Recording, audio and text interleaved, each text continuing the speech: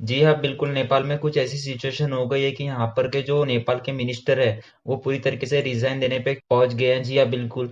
क्या हो सकता है नेपाल में फिर से इलेक्शंस, और क्या हो सकती है फिर से नए गवर्नमेंट का चुनाव। तो देखिए पूरा जानेंगे। तो स्वागत है दोस्तों आप सभी का फिर से एक बार आपके यूट्यूब चैनल ग्लोब आउटलाइन में। आज देखेंगे हम नेपाल से रिलेटेड न्यूज। तो देखिए यहाँ पर ये मुद्दा कहाँ से शुरू हुआ था। तो जैसे कि आप ये देख सकते हैं कि Rashtriya Swatantrata party decide to withdraw from Nepal's ruling party. जी हाँ, बिल्कुल।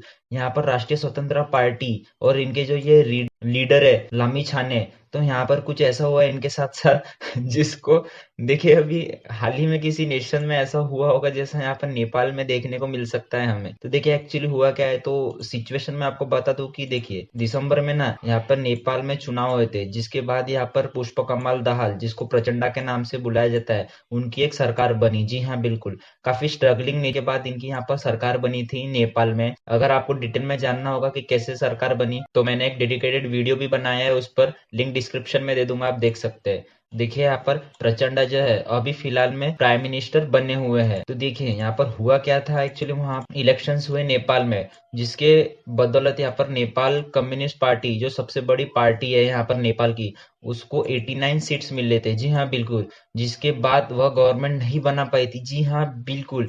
सही सुना आपने। सबसे ज्यादा सीटें मिलने के बाद भी यहाँ पर नेपाली कांग्रेस पार्टी जो है वो सरकार नहीं बना पाई थी। क्यों? क्योंकि देखिए नेपाल के कॉन्स्टिट्यूशन में ऐसा लॉ है कि आपको गवर्नमेंट बनाने के लिए 138 सीटें लाना जरूरी ही है हाउस ऑफ रिप्रेजेंटेटिव में। जी हाँ, बिल्कुल। जिसकी वजह से यहाँ पर 89 वोट्स आने के बाद भी यहाँ पर सरकार नहीं बनी। अब देखिए, अब नेपाली कम्युनिस्ट पार्टी ने क्या किया, यहाँ पर जितने भी छोटे छोटे जो पार्टी थी ना, उसको यहाँ पर कहीं ना कहीं एकजुट में ला लिया, जिसके बाद उन्होंने एक सरकार बनाई। जी हाँ, बिल्कुल। और उसी सरकार के बीच में यहाँ पर बने प्रचंडा पीएम। अब देखिए प्रचंडा पीएम बन गए, लेकिन यहाँ पर केपी शर्मा ओली का भी कई बड़ा हाथ है जो हम भूल नहीं सकते। क्योंकि यहाँ पर केपी शर्मा ओली ही आने वाले समय में नेपाल के प्राइम मिनिस्टर बनने वाले हैं, क्योंकि ऐसी कुछ डील हुई थी यहाँ पर प्रचंडा और केपी शर्मा ओली के बीच कि देखिए हाफ साल के लिए आप प्राइम मिनिस्टर रहिएगा और फिर आधे साल के लिए हम रहेंगे। जी हाँ, बिल्कुल। यहाँ पर हाफ हाफ बेसिस पर ये सरकार बनी है। अब देखिए इतना तो चलिए तय हो गया था कि इस तरीके से नेपाल की सरकार बनी, लेकिन उसके बावजूद हम देख सकते हैं कि यहाँ पर जितने भी पॉलिटिकल ड्रामा है ना नेपाल में, वो रुकने का नाम नहीं ले रहा है कहीं ना कहीं। क्योंकि देखिए यहाँ पर राष्ट्रीय स्वतंत्रता पार्टी के 4 मिनिस्टर, जी हाँ बिल्कुल, यहाँ पर रिजाइन देने के कगार पर है। आखिर ऐसा क्यों हुआ है? तो देखिए ये जो सारी न्यूज है ना, वो कहीं ना कहीं लामी चाने के ऊपर बेस्ड है। अब देखिए मैं आपको बता दूं कि ये जो लामी चाने है, जो मैंने आपको पहले बताया था, जी हाँ बिल्कुल, ये है मिस्टर राबी लामिछाने। अब देखिए ये जो है वो नेपाल के होम मिनिस्टर है। जी हाँ बिल्कुल, या थे हम ये कह सकते हैं। अब देखिए ये होम मिनिस्टर थे यहाँ पर, लेकिन कुछ ऐसा यहाँ पर किस्सा हो गया ना नेपाल में, जिसकी वजह से इन पे ही कहीं ना कहीं सवाल उठने खड़े हो गए। जी हाँ बिल्कुल, इन पे ही सवाल उठाए जा रहे हैं कि आप क्या नेपाल के सिटीजन हो या नहीं। जी हाँ बिल्कुल, इतना कड़ा सवाल इनको पूछ लिया गया। अब देखिए आप पूछेंगे कि अगर ये नेपाल के सिटीजन है ही नहीं तो ऐसे होम मिनिस्टर कैसे बन गई है। जी हाँ बिल्कुल ही, लेकिन यहाँ पर मैं आपको बता दूं कि इन्हीं पे सवाल उठना चालू हो गए कि क्या आप नेपाल से बिलोंग करते हैं या नहीं, जिसकी वजह से यहाँ पर जितना भी पॉलिटिकल ड्रामा है नेपाल में उच्च स्तर पर पहुंच गया है। अब मैं आपको बता दूं कि यहाँ पर नेपाल की, देखिए यहाँ पर नेपाल की जो कोर्ट है ना, उसने कहीं ना कहीं यहाँ पर ऑर्डर दे दिया कि लामिछाने जो है वो नेपाल के सिटीजन है ही नहीं। जी हाँ बिल्कुल, और उनकी जो कुर्सी है होम मिनिस्टर की,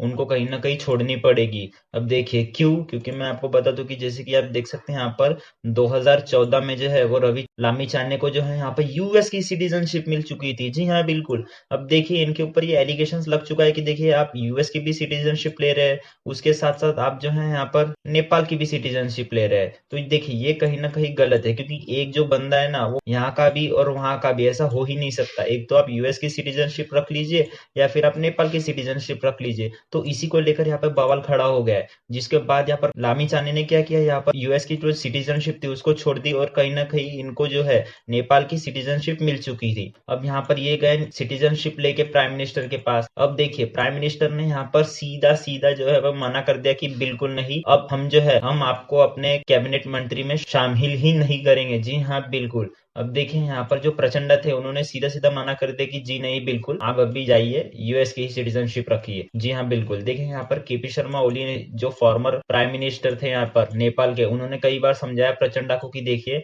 हम जो है इन्हें मंत्री रख लेते हैं, लेकिन यहाँ पर सीधे सीधे प्रचंडा ने माना कर दिया कि नहीं। इसकी वजह से क्या हुआ है, यहाँ पर जो राष्ट्रीय स्वतंत्रता पार्टी है उन्होंने सीधे सीधे जो प्रचंडा की गवर्नमेंट है उसको ही बॉयकॉट कर दिया। और आने वाले समय में हम देख सकते हैं कि नेपाल में फिर से इलेक्शंस होते हैं या नहीं, क्योंकि देखिए मैंने आपको पहले ही बताया था कि प्रचंडा की जो सरकार है ना वो कहीं ना कहीं ग्रुप में बनी है। जी हाँ बिल्कुल, प्रचंडा की नेपाली कम्युनिस्ट पार्टी, उसके बाद केपी शर्मा ओली की, उसके बाद कहीं ना कहीं ऐसे छोटे ग्रुप बन चुके हैं। क्योंकि देखिए यहाँ पर नेपाली कांग्रेस पार्टी को मिले थे 89 वोट, पीएनयूएमएल और उसके साथ सीपीएन एमसी इनको मिले थे 78 और 32 वोट। तो यहाँ पर छोटे छोटे ग्रुप को लेकर एक बड़ी सरकार बनी थी। अब उसमें से आप समझ लीजिए कि एक छोटा ग्रुप निकल रहा है तो ये सरकार कैसे टिकेगी। जी हाँ बिल्कुल, फिर से यहाँ पर अपोजिशन पावर में आ सकता है और वो कह सकता है कि अगर आपके पास 138 सीट नहीं है तो जी हाँ बिल्कुल फिर से इलेक्शन कराइए। तो ऐसी सेम स्थिति ना यहाँ पर देखने को मिल रही है, क्योंकि यहाँ पर जो मिनिस्टर्स है राष्ट्रीय स्वतंत्र पार्टी के वो कहीं ना कहीं बॉयकॉट कर रहे हैं। अब देखिए प्रचंडा ने इस पर क्या किया, तो देखिए प्रचंडा ने ये कहा कि हम जो है वो काफी ज्यादा कॉन्फिडेंस है कि हमारी सरकार गिरेगी ही नहीं। जी हाँ बिल्कुल, यहाँ पर उन्होंने सीधे सीधे प्रेस में ये स्टेटमेंट दिया है कि अगर किसी को जाना है तो जा सकता है, हमारी पार्टी जो है वो रूलिंग पार्टी ही रहेगी। अब देखिए ये जो रूलिंग पार्टी है ना वो कहीं ना कहीं मैंने पहले भी बताया था, तो ये काफी प्रो चाइना है। जी हाँ बिल्कुल, आए दिन ये जो है इंडिया के खिलाफ ही स्टेटमेंट देती रहती है, क्योंकि केपी शर्मा ओली जो है वो कहीं ना कहीं यहाँ पर चाइना के इशारों पर चलते हैं। जी हाँ बिल्कुल, और चाइना का इतना गहरा इन्फ्लुएंस है नेपाल में कि शायद ही आने वाले समय में इंडिया इसको काउंटर कर पाए। क्योंकि हमने देखा है कि कैसे यहाँ पर जो केपी शर्मा ओली जब प्राइम मिनिस्टर थे तो उन्होंने कैसे एंटी इंडियन स्टेटमेंट दिए थे। और आप ये देख ही सकते हैं कि KP Oli remark against Indian undiplomatic says Nepali leader, क्योंकि यहाँ पर इनका मानना ये था कि मुझे